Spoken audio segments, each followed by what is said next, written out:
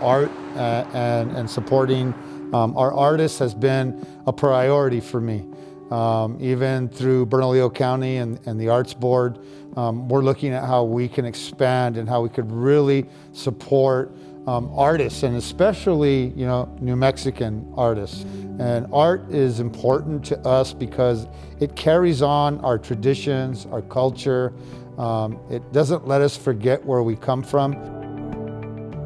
Culturally, through our educational system, we've kind of pushed it to the side and not made it a very serious thing. So with that being said, it's so important for my office to be involved in changing that narrative, celebrating who our artists are, and really looking at ways to not only display their art, but feel like they're doing something for the community.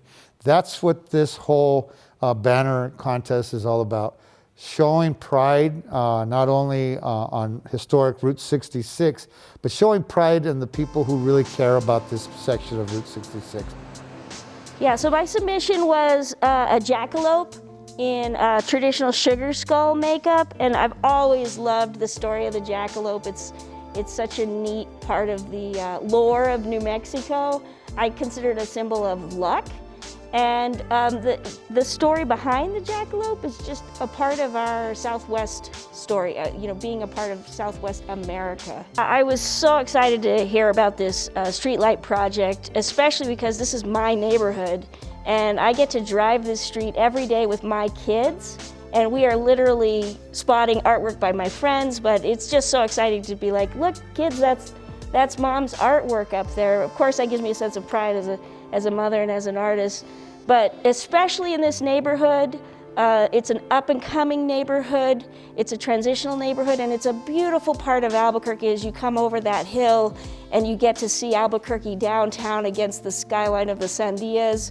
To know that we're incorporating contemporary Hispanic art, traditional Hispanic art. I've actually had both as part of the banner project. That we're exposing everybody who travels here along the historic central corridor, that they're getting to see artwork that is of this place by these people. So that's so rare, actually. Just the opportunity to have both the exposure of having an original piece up, and also that we were compensated. That was really helpful. I actually directed a couple of friends, and we were also grateful to get a check from the city, and we just really appreciate what Councilor Pena has done for the local artists and specifically for this neighborhood.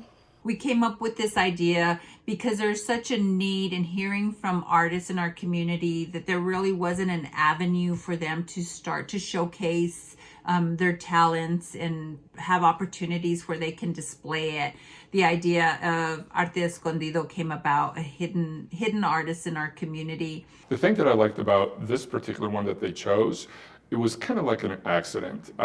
When I created the principal image, which is the 66, the iconic part, that's all it was going to be.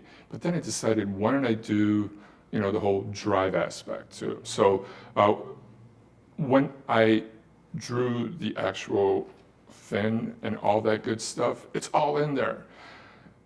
And I don't know if you're familiar with the way some people work in Photoshop. There's different layers.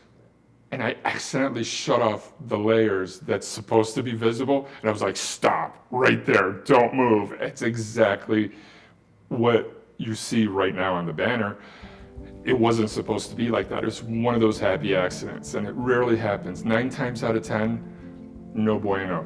But that one time, so in spite of my best efforts, that was not my original intention. And that's what's up there now, and everybody gets to see it. Where? Right by the auto park place. What? Very cool. Truth is, it felt like winning the lottery, because I'm sure everyone is in the same boat as us artists with the challenge of the pandemic. And it was, I was like hanging off a cliff by my fingernails.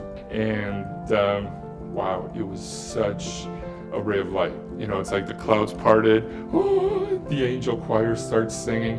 It came at the most amazing time. I mean, I was having a horrible day. I mean, worse than usual. And then I get the word. Bianca's like, hey, Francesco. I was like, what? And it went 360 degrees. It flipped. I was going down that rabbit hole. It was just like darkness, doom and gloom, and then what? And so yeah, amazing. My district's just right on the other side of Central. So Central, we share Central. And then Councilor Pena is also the representative for the city council in that district. So we have places to put banners. We've had those for a while, but when we both took office, we saw that they were just empty. Nobody was using those. They were just, or they would put like Christmas maybe, if we could have staff find those banners in a warehouse somewhere, right? And we thought, well, why look for those banners? And let's look at ways to be inclusive to the artists. And we have already the spaces to put in. So when we decided to really back up what we felt about our arts and our traditions and our culture, we knew this was the best way to go about it, because now we get to display it and people drive by it every day, all day. And they stay up there for a long time until we decide to switch them out. I mean, obviously, there's the obvious tangible things of getting a check for the opportunity and getting the exposure. They've been sharing it. They made a great little video. And then there's the intangible things, the relationships I've made. So it's not just a one-time opportunity. It's really connecting the artists with the community and connecting the artists with other opportunities.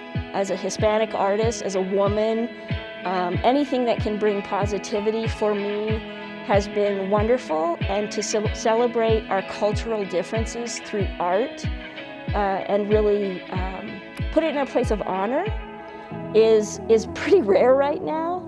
We have to remember, even though we have cultural differences and gender differences and preferences, we are still one human race, and I hope that through art and through sharing our cultural diversity and our cultural historical stories, that we can find some unity and some peace together.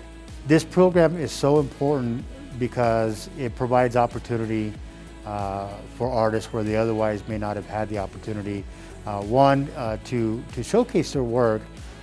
Two, to earn a stipend for the work that they're showcasing. And three, to have that art displayed prominently on the Route 66. I want to thank the legislative branch, the city council especially. Their heart is in the right place. They could, there's 101 places that we need to, put our focus on.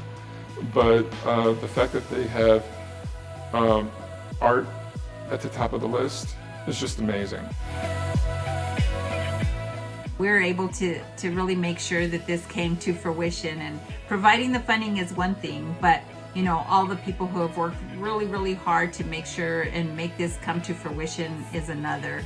And I just want to say that I am so proud of all the work that's been done in terms of the banners and all the artwork and the artists and everything that's happened. I'm just looking forward to the coming years where we finally run out of room and we have to look to other streets to display this wonderful art that we have in our community. We don't know what it is that makes that one piece become so iconic. You go to Chicago, lots of iconic pieces of art, but some stand out more than others. Same here in Albuquerque. And I'm sure when they created that, they didn't sit there going, I'm gonna be that one. It's a hope, but you never know what it is that people will respond to. And that's what's beautiful about art, because in the best case scenario, it unifies people and it gets people to talk on a level that's beyond speech. It speaks to you in different ways, not just visually. It hits you right in the heart, in your soul sometimes. And it speaks to you, and it speaks to different people in different ways.